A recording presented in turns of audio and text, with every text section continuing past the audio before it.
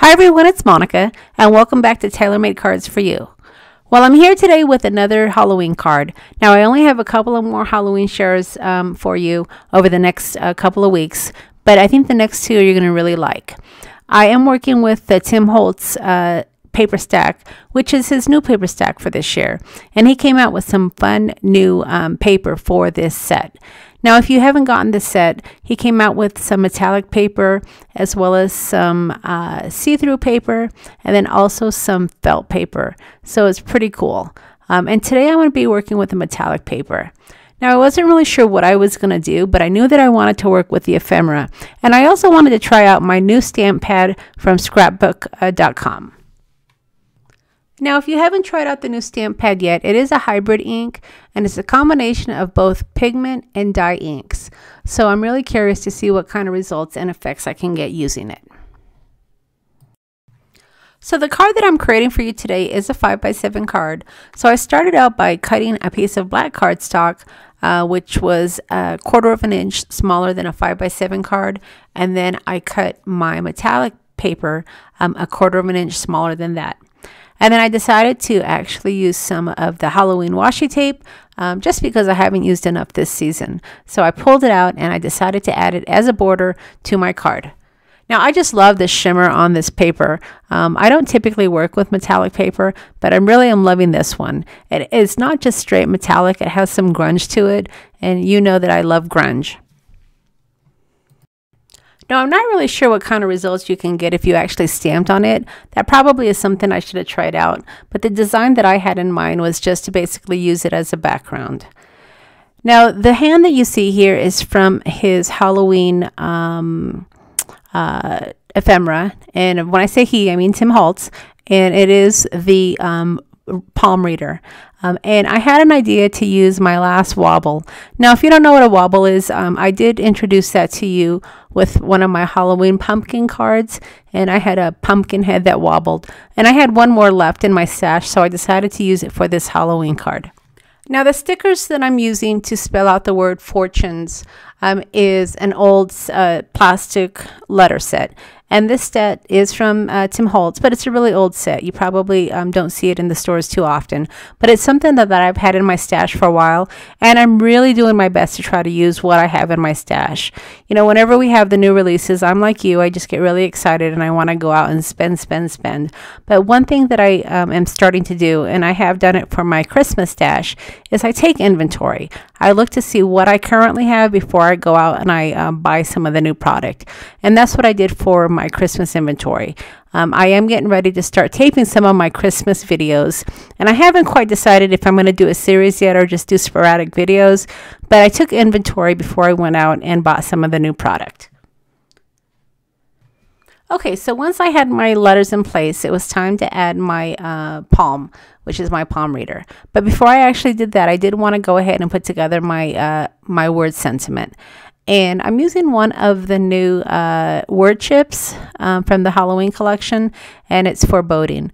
I had to actually look up the word foreboding, and I was pretty sure I knew what it meant, but I wanted to make sure that foreboding fortunes made sense, and it did. So it worked well with my design. And then I took my Wobble and I added it to the back of my palm reader hand to make it look like a fortune teller card. Now, I didn't want to stop here because this was a really simple design, and while it would make a great Halloween card, I really wanted to go the extra step. So I decided to decorate the inside as well. Now, let me show you what I did for that.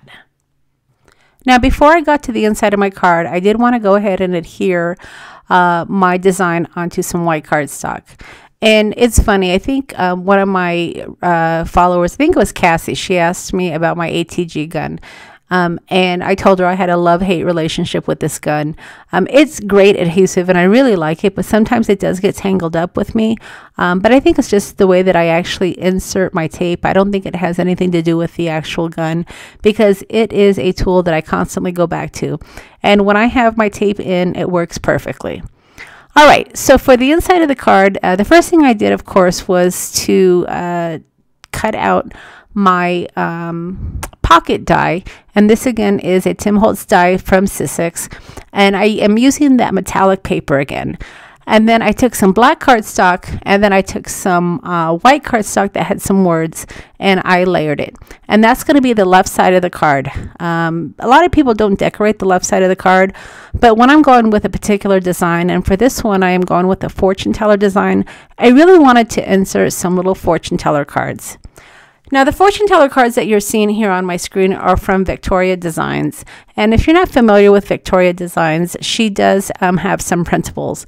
And she actually has been my inspiration for some of the printables that I've been creating.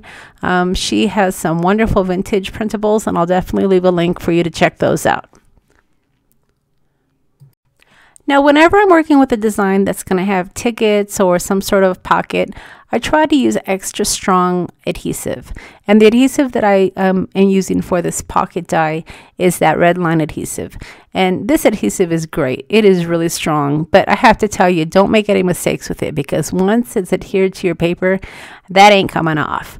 So many a time I have adhered something crooked and I've attempted to pull it off and it ends up ripping my paper. So be really careful when you're working with this product. I love it, but it is not very forgiving. So make sure that you have your piece exactly where you want it before you adhere it to your paper. And then using my favorite stamp set, the Etc. stamp set from Tim Holtz, I'm trying out my new scrapbook.com hybrid ink. Now, this is the first time that I'm using the ink on screen. I haven't tested it out because I really wanted to try it out on the video.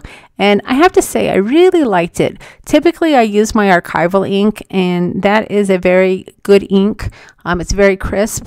And because this one is a hybrid, it is going to be a little bit more juicy, so you're going to want to be careful when you use it. But I was really happy with the results that I got. My stamped image was still very crisp. And as you can see, these little fortune teller cards fit perfectly into my pocket die. I just love this design, you guys. I was really pleased when it comes out. And I know sometimes you think that my designs are just come second nature, but I really do think about my designs when I'm trying to put a video together. I don't want to just put your typical design out there. I want to give you guys some ideas on some of your designs and ways that you can use some of your stash. I definitely do try to think outside of the box, and I try to introduce you to new companies as well. So if you haven't checked out VectoriaDesigns yet, she has some great printables, and if you watch her on her videos as well, she does give away freebies, and some of the freebies that I use you see in my video as well. So check her out. I really encourage you to do that. All right, and then for the right side of the card, I am using the Haunted House Halloween sentiment that says Happy Halloween. And this stamp set has been a favorite. It came out last year, but many people really enjoy it. All right, guys, so this is my second to the last video for my Halloween cards this season, and hopefully you've enjoyed this video. As always, I will leave a list of all the products that I've used to create this card, along with the links to the stores. If you've enjoyed the video, don't forget to give me a thumbs up. And as always, I really enjoy reading your comments. So leave me a comment. Let me know what you thought of this design. And of course, if you haven't subscribed to my channel yet, don't forget to hit that subscribe button before you head out. All right, everybody. Thanks so much for stopping by. And we'll see you again in about a week for my last Halloween video. We'll see you again next time.